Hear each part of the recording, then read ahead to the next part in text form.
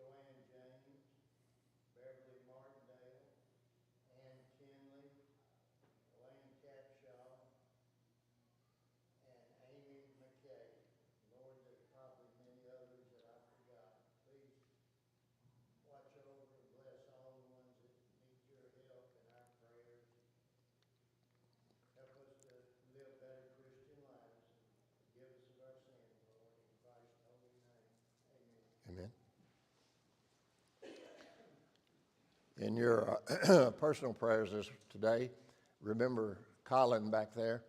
He's going to be delivering our messages today, and we're glad that we have people in the congregation we can call on to do just that, and look forward to hearing from him. As you can tell, I have yelled too much this week. Had 3 ball games, and we beat UConn, didn't we? And I yelled a little bit on that one too. But anyway, we'll make it. Where did we leave Joseph last week?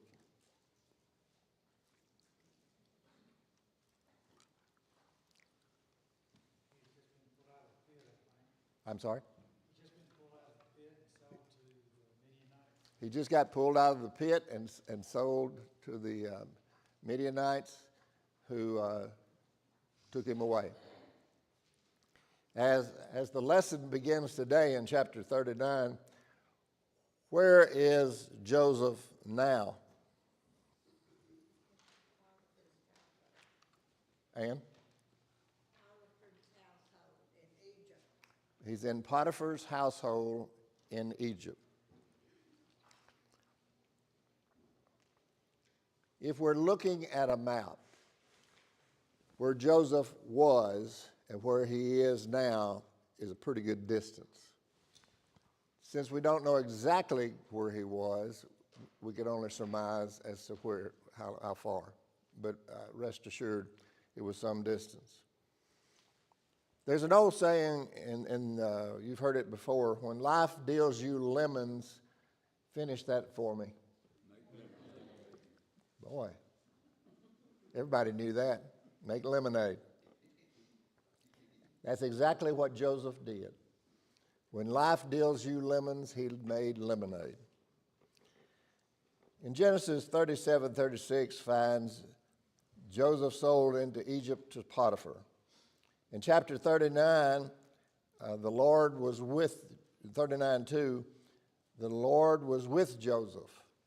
And in 39:5, the household of Potiphar was blessed because of Joseph. I want us to concentrate on Joseph for a few moments.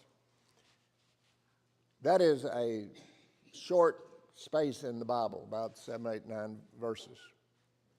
But a lot of things happen. How do you gain favor with a guy that you've never met and you're a slave in a short period of time? Or does it take a long period of time? Or how do you do it? How do you gain favor with someone when you're sold into slavery? By your actions. By your actions, meaning specifically. Well, he did everything in his power to help Pharaoh or Potiphar. He stayed true to his God. He was a good man, and he realized that. And it said God blessed him and blessed Potiphar for him being there. All right, Patricia said he was a good man. He did what he could to help Potiphar. He had God on his side, which all of this is true. But how much time do you think had to pass from this being sold to the Midianites and him becoming the head of Potiphar's house? The Bible does not tell us, but just common sense, how long do you think he took? Could he do it in a month, a week? Years. Huh? I think it was years. I think, Young when he was sold. You don't usually put a young person in charges. the last time that we saw an age for Joseph, how old was he in our studies? 17. He's not far from 17 right now. And he sold into slavery, and Potiphar bought him. And he put him as a servant. And then the Bible quickly changes, and he became the head of Potiphar's house. But it didn't happen that quickly. It took time. It took learning what to do. It took time to learn what to do, how to do it. Could he be trusted or not? And God was with him or the Bible says the Lord was with him in all that he did and he prospered. How can a slave prosper? With a good attitude. With a good attitude, his owner would see that he was sincere and he's doing what he told him to do. So with a good attitude, he's been able to climb up. If you say there's a ladder there between slaves, then he was probably at the top of the ladder. He had to have a good attitude, Dick says. What else can we find? Well, the Lord was with him, and Potiphar knew that, saw that. How do you emulate God was with him? I mean, how would anybody know God was with him? Because he was taken care of as that slave. He took care of the household of Potiphar and everything that he had. So in return, he was taken care of. He had good food and everything. He had good people working for him. He had good things. But how did he get to that point? That's what I'm trying to dig for. You're correct. But how did he get to that point?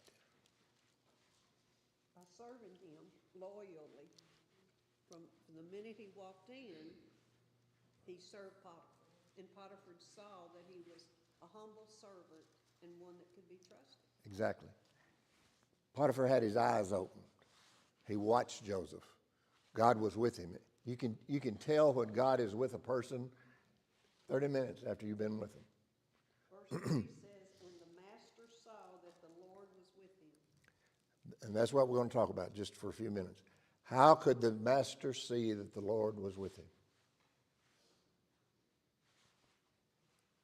I think just like an employee, if you're, you know, you have employees that will do everything you tell them and then more, and they'll stay busy, they won't, you know, goof off, and you know that they're behind, you know, they want you to succeed in your work, and he wanted Potiphar to succeed in what he was doing.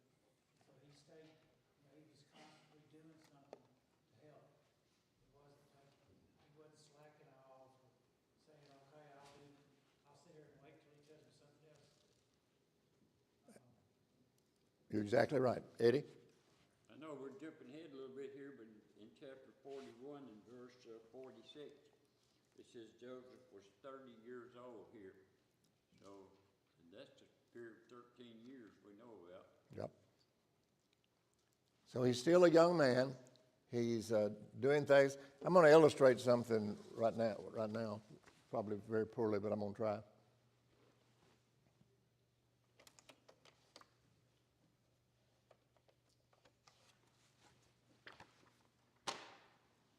Tell me to pick up on them.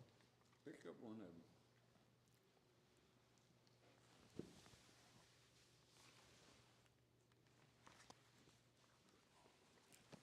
Why didn't you pick up on that? You didn't tell me to. You just told me to pick up one. Why didn't you pick up on that? That is what I just illustrated was what young people, I shouldn't say that, what people do. They do the least amount of work they can do, but they do exactly what you said. If Eddie had said pick it all up, I would have picked it all up. He said, but pick one of them up. Joseph probably exhilarated or made evident that he would pick up both when he was told to do something. And by doing that, he gained favor. This used to be easier. He would gain favor with Potiphar because he would do what he had to do, but probably did more than he had to do. At any rate, he gained favor in Potiphar's house. And in that one verse, and God was with him. And Potiphar knew that God was with him. When you're around someone today, Ronnie, can you tell pretty quick if they're a Christian or not? As I said a moment ago, 30 minutes after I've been with a stranger, if I have a good, intense conversation, I believe I can tell you. Yeah. I believe I can. I'll probably mess up, but I think I can. And most of us can as well. You know when God is with you. I listened to a song on the radio this morning which I don't remember all the words, but it said, I read the good book. I knew what I should do, but I didn't do it. I read the good book, told me what to do, and I didn't follow it. I read the good book and knew what was expected of me, and I didn't do it. And the song went on and on. Joseph did things that Potiphar knew God was with him. Whatever it was, we don't know. But I think you have hit on things that probably did. He probably did more than he had to do. He was young and energetic, and God was on his side, and maybe he worshiped his God, and it was visible to Potiphar. He didn't talk ugly. He did more than he had to do. He gained favor with Potiphar, and Potiphar put him in charge of his whole house. In Colossians 3:22 through 25, the Bible tells us if to do anything, we do it with all our heart. And what does that encompass, doing it with all our heart? Give it all we got. I'm sorry? Give it all we got. Give it all we got. And if we're trying to make lemonade out of lemons, is it always easy to give it all you got?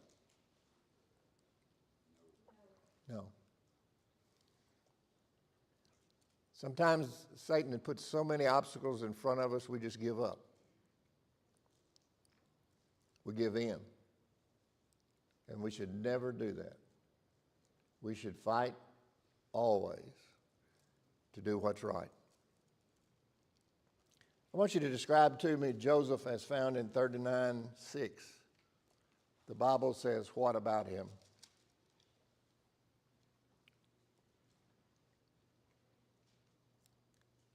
He was handsome in form and appearance. Tricia said he was handsome in form and appearance. Someone else, what does another version say? Nobody has another version. The NIV says he was handsome and well built.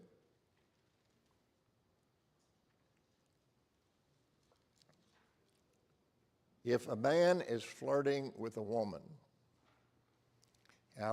or a woman is flirting with the man, which one gives in the easiest?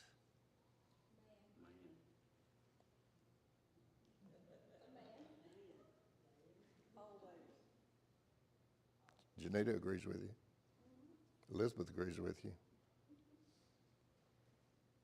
Joyce agrees with you. Paul agrees with you. None of the men do, though, do they?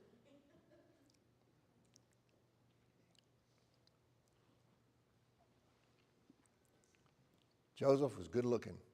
The Bible says he's well built, well formed. Is that always a good thing?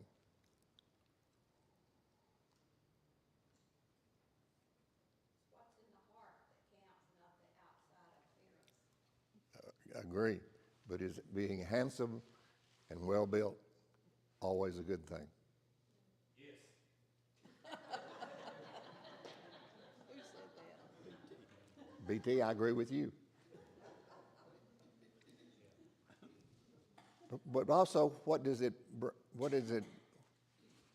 place on a person to be handsome and well built and be male?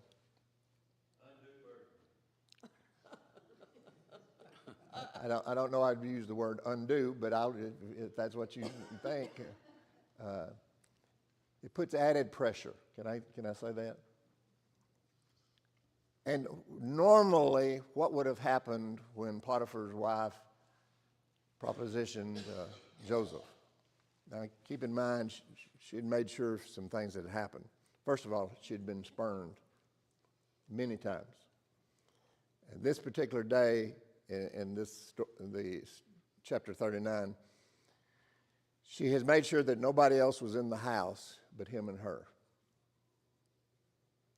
And as Eddie said, most of the time, when the male is put in that situation, he says, I give up. But in this case, it was the woman. And she flirted, and she did things, and you could only imagine what she did.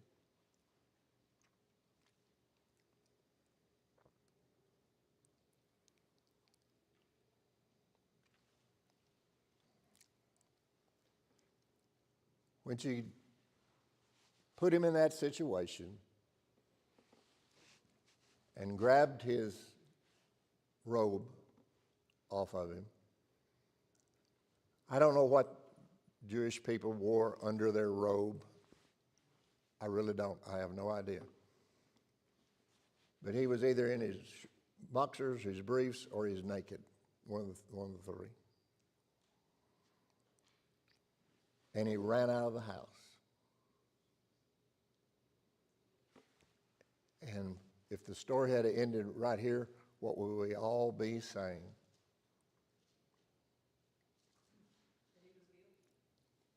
That he was guilty? Possibly.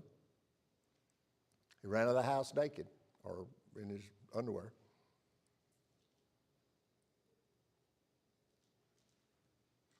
Guilty, because he's a man. BT, got to defend yourself now. He's a man. He ran out of the house naked. What will everybody think? The worst. Never get a benefit of the doubt. Never even consider it. But in this particular case, what did happen?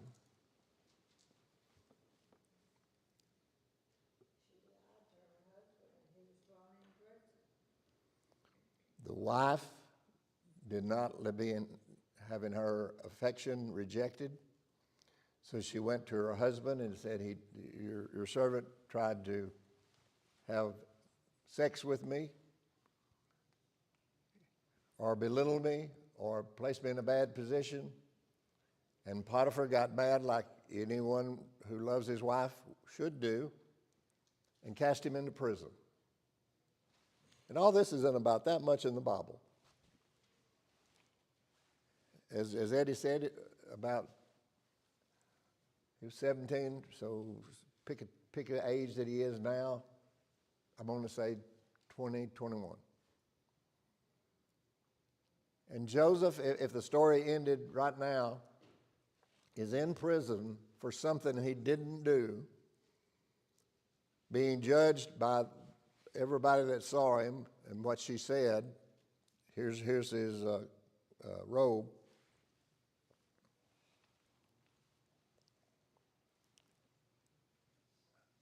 And Joseph got mad and started cursing, or what did Joseph do?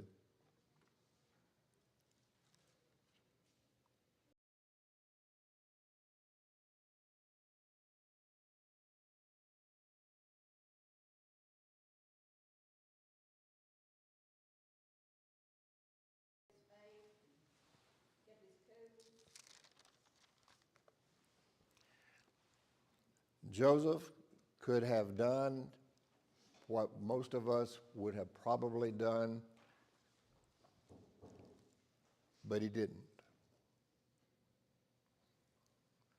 You know, Satan is, as Joyce told us 5 or 6 years ago, is sitting on your left shoulder. Isn't that right, Joyce? Left shoulder. Pardon. Okay, either shoulder. And he's just waiting to catch you in a situation or put you in a situation or accuse you of a situation all the time. And if you don't think that's true, then do it and find out. And how many years will it take you to ever undo that short period of time thing? It goes with you the rest of your life. You're stuck with it the rest of your life. But Joseph, here again, the Bible in a very short period of time, It said, some time later, when Joseph was in the prison, Pharaoh's cupbearer and baker were cast into prison with him. Now let's talk about the significance of a cupbearer and a baker. What was the role of the cupbearer to a king in this period of time? See if the liquid in the cup was poisoned. It was the role of the cupbearer before the person in authority took a sip of anything to taste the product in the cup to make sure that it wasn't a poison or something detrimental to him. And somehow this cupbearer had ticked off Pharaoh and he got cast into prison. Then he had a baker who baked bread and other things for him. And what was his role? Same thing. He was a trusted individual who only did and cooked and whatever the king or the emperor or whatever might be wanted, and he cooked it well. And they trusted him not to do anything else. And somehow this guy ticked Pharaoh off as well. Now all the time this is going on, where's Joseph? Jack? He's in prison too. Now, the cupbearer and the baker may have been in prison because they needed to be. We don't know. We just assume. But we know Joseph was in prison unjustly.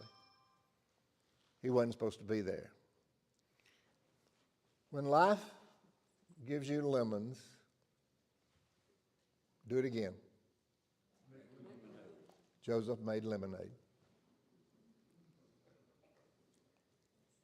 He's in prison. He's in charge of everything that everybody has. And the cupbearer and the baker have dreams. And Joseph tells them, I can't interpret the dream, but my God can. And so he interprets the dreams, and the dream that the cupbearer had told him what?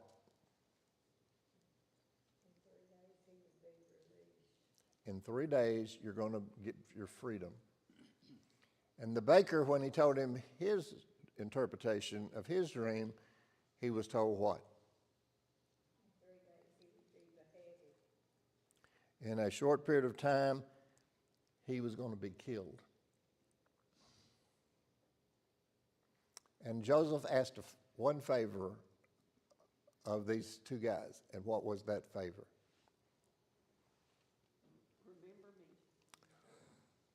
Remember me. When you get out of prison, would you remember me to Pharaoh, that I interpreted these dreams and it came to pass, and I didn't do what she said I did, and get my freedom.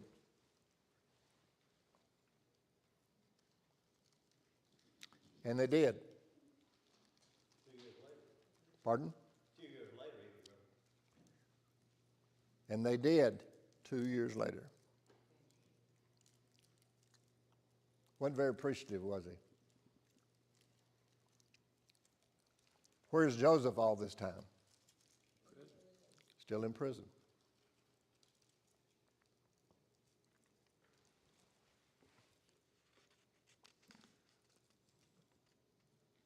We're told in 2 Timothy 3, 1 through 5, and in James 4 and 7, resist the devil and he will flee from you. Joseph did resist the devil. Why didn't he get out as quickly as the cupbearer got out and the baker was killed? Why did Joseph have to stay 2 more years? There wasn't a need for him. What have we talked about many times in this class?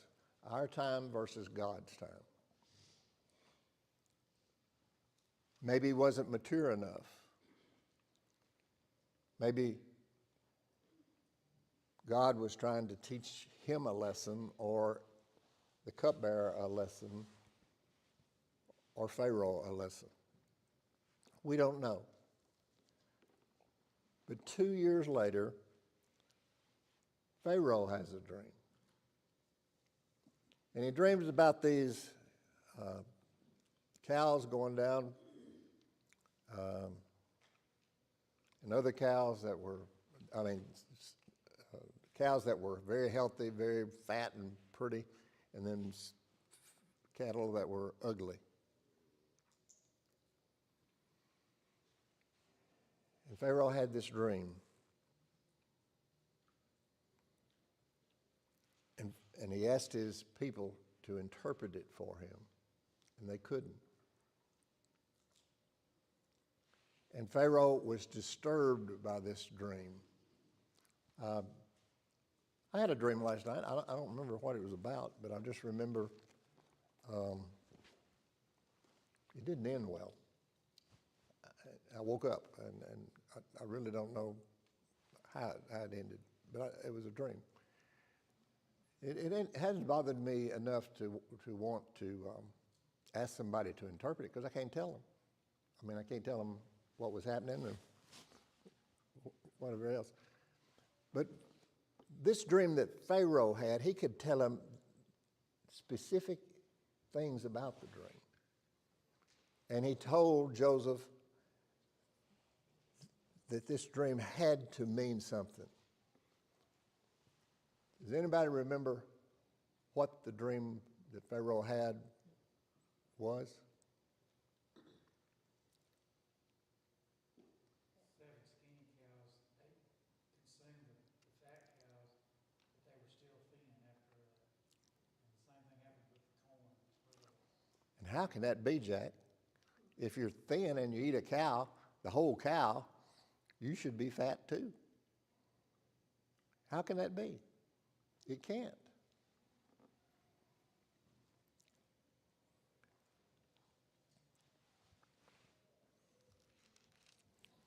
The Bible in 41:33 says, Now Pharaoh looked for a discerning and wise man and put him in charge of the land of Egypt. What was the interpretation of the dream? There would be 7 years of plenty, and then there would be 7 years of famine. The dream was, you're going to have 7 good years, and then you're going to have 7 bad years. Why the number 7? I have no earthly idea. Could have been, it was the number that the Bible uses quite often to mean good things. 7 good years I can understand, but the 7 bad years, then I don't know why. But now he's interpreted the dream. Pharaoh has thought a moment, and then he said, and now look for a discerning and wise man in charge of Egypt. What is that saying about Pharaoh himself? He's thinking ahead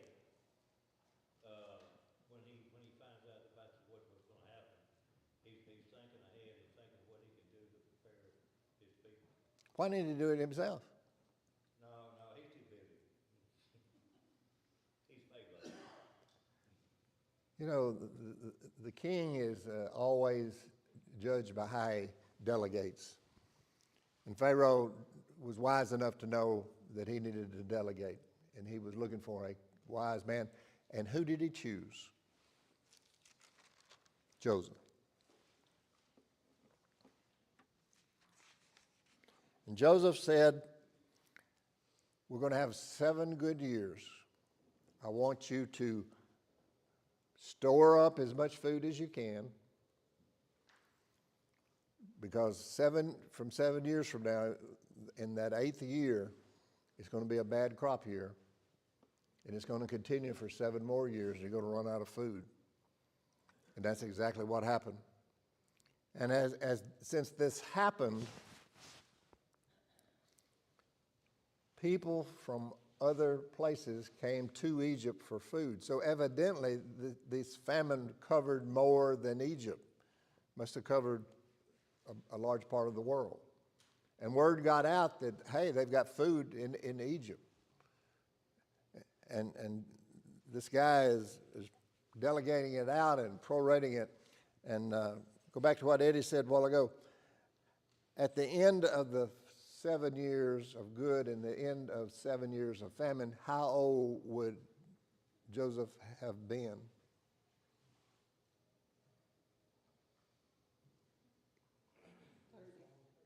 Pardon? 30, I think, wasn't it?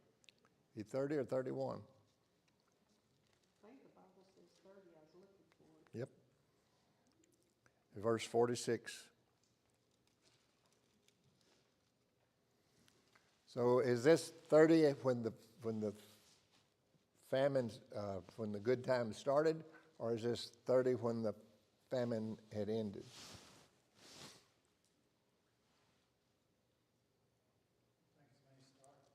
I'm sorry?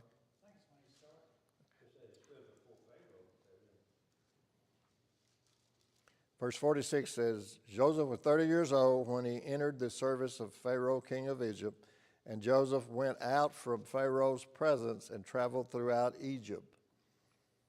During the 7 years of abundance, the land had produced plentifully. So I think it was at the beginning of the 14 years that he's 30. He's still a young man. And he's in charge of feeding all the Egyptian people and anybody that comes to him. Now, just jumping ahead, how do we know this is important? That he be the one put in the place to dispense the food. What is going to happen that we know, since we read the Bible and thought ahead, what is going to happen that Joseph has got to be in that position at that time? Take care of his family. Save his people. What, Joe? Jacob, here's the brother. Because his 10 brothers that caused him to be there to first anyway, and because his father is going to come to him, and because his younger brother Benjamin is now born and living, they're going to come and see him, but they don't see him. Joseph has to tell them who he is. So this says to us that they didn't even recognize their own brother. Number one, they didn't expect him to be there. They thought he was dead. And number two, the brother didn't let on like anything, like he was family in any way, shape, form, or fashion. And so Joseph has put himself God has put Joseph in the right place at the right time for the right reason.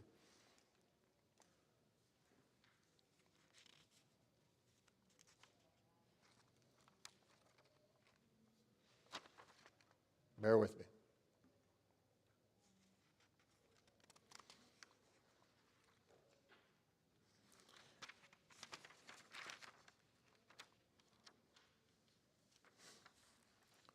Pharaoh was, in his wisdom, put Joseph in charge. What did he also give Joseph at the time that he put him in charge? Gave him a ring. I'm sorry? He gave him a ring. All right, gave him a signet, a ring. What else? I'm sorry? He gave him all authority. Okay, but it's something physical he gave him. A wife. A wife. And she bore him 2 sons. And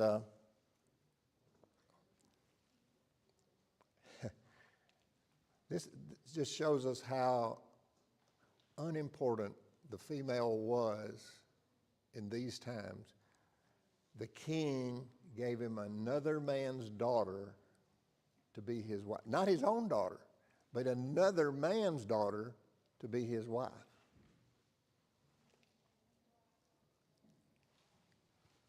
Thank goodness we have the New Testament. And the women are equal to us now. And things get better instead of worse.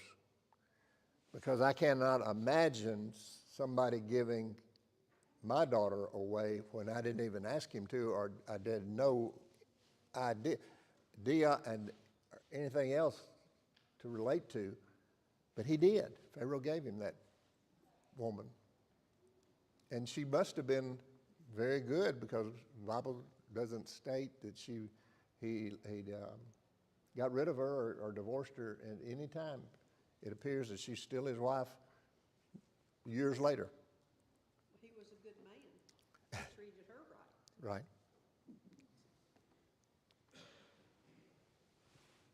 James 4:7, resist the devil and he will flee from you.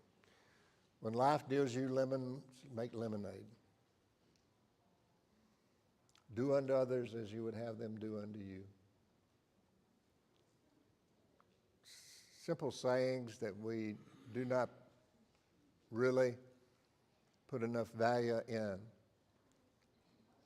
Like God's love. We don't understand that love, how powerful and all-encompassing, and how understanding, and how everything else you can think to put in words God's love is. We're told to resist the devil. We have an example of Joseph who resisted the devil. What did it gain him? Put in prison, yes, but put in charge. Not taking from prison when he had an opportunity, but yeah, continuing on, doesn't say a word. But when he gets out, he becomes the second most powerful man in Egypt, because he resisted the devil, and he'll flee from you. You think Pharaoh's wife was bending his ear about putting Joseph in charge? Could have been. Could have been. Any comments or questions? Well, if you open a beehive, you don't smoke it. You get stung, but you don't get stung by the male bees, you get stung by the female. But the male bees don't sting.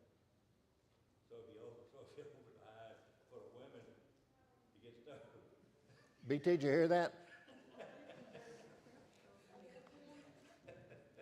Pardon? The end. Thank you. Dick, I believe we could have done without.